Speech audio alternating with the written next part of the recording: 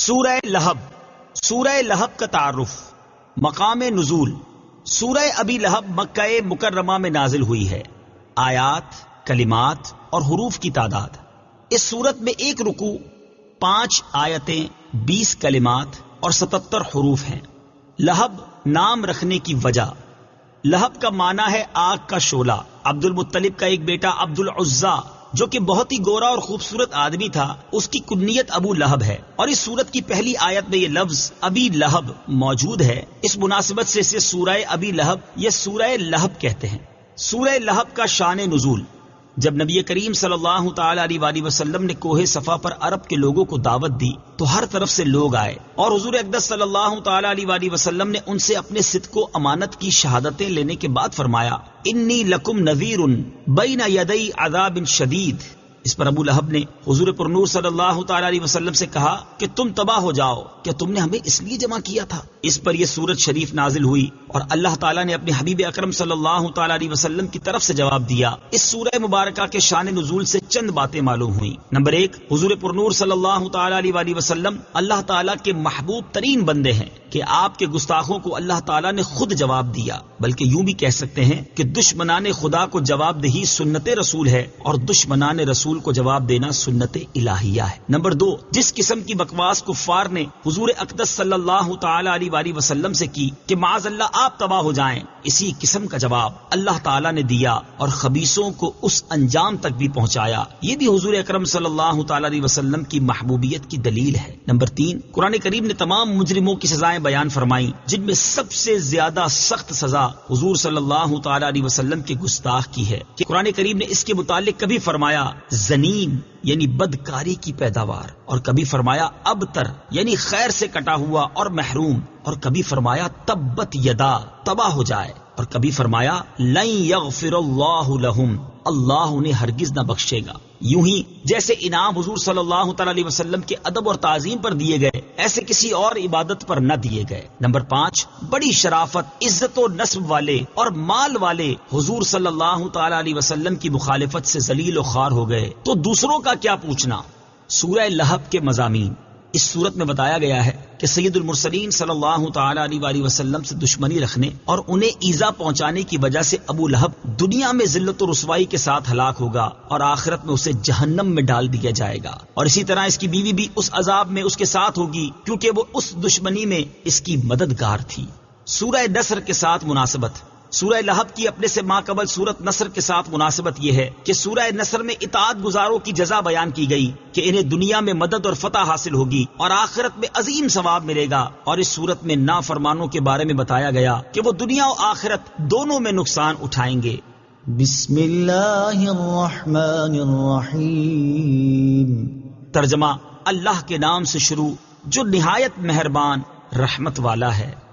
تبت یدا ابی لہب وتب. ترجمہ: ابو لہب کے دونوں ہاتھ تباہ ہو جائیں، اور وہ تباہ ہو ہی گیا. تبت یدا ابی لہب وتب. ترجمہ: ابو لہب کے دونوں ہاتھ تباہ ہو جائیں اور وہ تباہ ہو ہی گیا. تفسیر صراط الجنان میں ہے ابو لہب کا نام عبد العزیٰ ہے. یہ عبد المطلب کا بیٹا اور سرکار دو عالم صلی اللہ تعالی علیہ وآلہ وسلم کا چچا تھا. بہت ہی گورا اور خوبصورت آدمی تھا، اسی لیے اس کی کنیت ابو لہب ہے اور اسی کنیت سے وہ مشہور تھا. اس کے بیٹوں عتبہ اور عتیبہ کے نکاح میں حضور پرنور صلی اللہ تعالی علیہ وسلم کی صاحبزادیاں حضرت رقیہ اور حضرت ام کلثوم رضی اللہ تعالی عنہما تھیں. اس سورت کے نزول کے بعد ابو لہب نے ان صاحبزادیوں کو طلاق دلوا دی. عتبہ کا واقعہ بھی بڑا عبرتناک ہے کہ اس نے حضور پرنور صلی اللہ تعالی علیہ وسلم کی شہزادی کو طلاق دینے کے ساتھ حضور صلی اللہ تعالی علیہ وآلہ وسلم کی گستاخی بھی کی، جس پر سرکار دو عالم صلی اللہ تعالی علیہ وسلم نے اس کے لیے ہلاکت کی دعا کی. چنانچہ ایک سفر میں بڑی حفاظتوں کا انتظام کر لینے کے باوجود ایک شیر نے اسے پھاڑ ڈالا. آیت میں ابو لہب کے دونوں ہاتھ ہلاک ہونے سے مراد اس کی ذات کی ہلاکت ہے، اور آیت مبارکہ میں ابو لہب کی ہلاکت کی پیشن گوئی کی گئی. چنانچہ وہ بدترین موت مرا اور وہ جنگ بدر کے 1 ہفتے بعد کالے دانے کی بیماری سے مرا، جسے عرب میں عدسہ کہتے ہیں. اہل عرب اسے متعدی بیماری سمجھ کر اس سے بہت بچتے تھے، اس لیے 3 دن تک اس مردود کی لاش پڑی رہی، پھول پھٹ کر بدبو دینے لگی. تب اجرت دے کر مزدوروں سے پھینکوائی گئی. ما أغنى عنه ماله وما كسب سيصلى نارا ذات لهب۔ ترجمہ، اس کا مال اور اس کی کمائی اس کے کچھ کام نہ آئی، اب شولوں والی آگ میں داخل ہوگا۔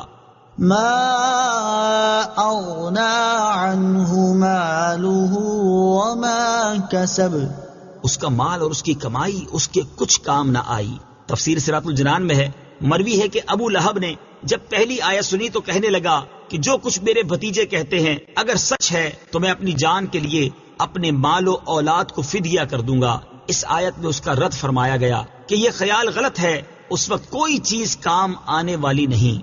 سيصلى نارا ذات لهب، اب شولوں والی آگ میں داخل ہوگا، یعنی ابو لہب قیامت کے بعد دوزخ میں داخل ہو کر آگ کا عذاب پائے گا۔ اس سے معلوم ہوا کہ ابو لہب کا دوزخی ہونا یقینی ہے۔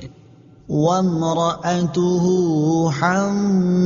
حمالة الحطب في جيدها حبل من مسد۔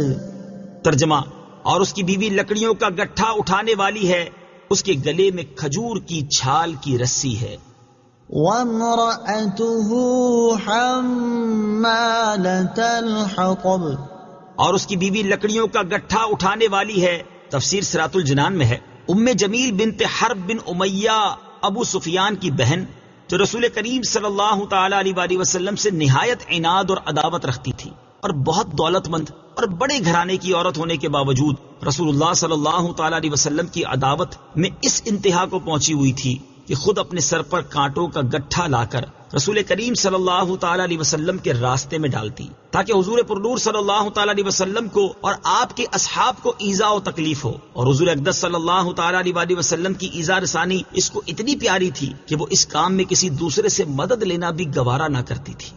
في جيدها حبل من مسد، اس کے گلے میں کھجور کی چھال کی رسی ہے۔ تفسیر صراط الجنان میں ہے، ام جمیل کے گلے میں کھجور کی چھال سے بنی ہوئی رسی ہوتی جس سے وہ کانٹوں کا گٹھا باندھتی تھی۔ ایک دن یہ بوجھ اٹھا کر لا رہی تھی کہ تھک کر آرام لینے کے لیے ایک پتھر پر بیٹھ گئی۔ ایک فرشتے نے اللہ تعالیٰ کے حکم سے اس کے پیچھے سے اس گٹھے کو کھینچا، وہ گرا اور ام جمیل کو رسی سے گلے میں پھانسی لگ گئی اور وہ مر گئی۔ اس گستاخ خبیث نے دنیا میں بھی عذاب کا مزہ چکھا اور آخرت میں بھی عذاب میں جائے گی۔ آخرت میں آگ کی زنجیریں اس کے گلے میں ہوں گی اور جہنم کی لکڑیوں کا گٹھا اس کی پشت پر لدا ہوا ہوگا۔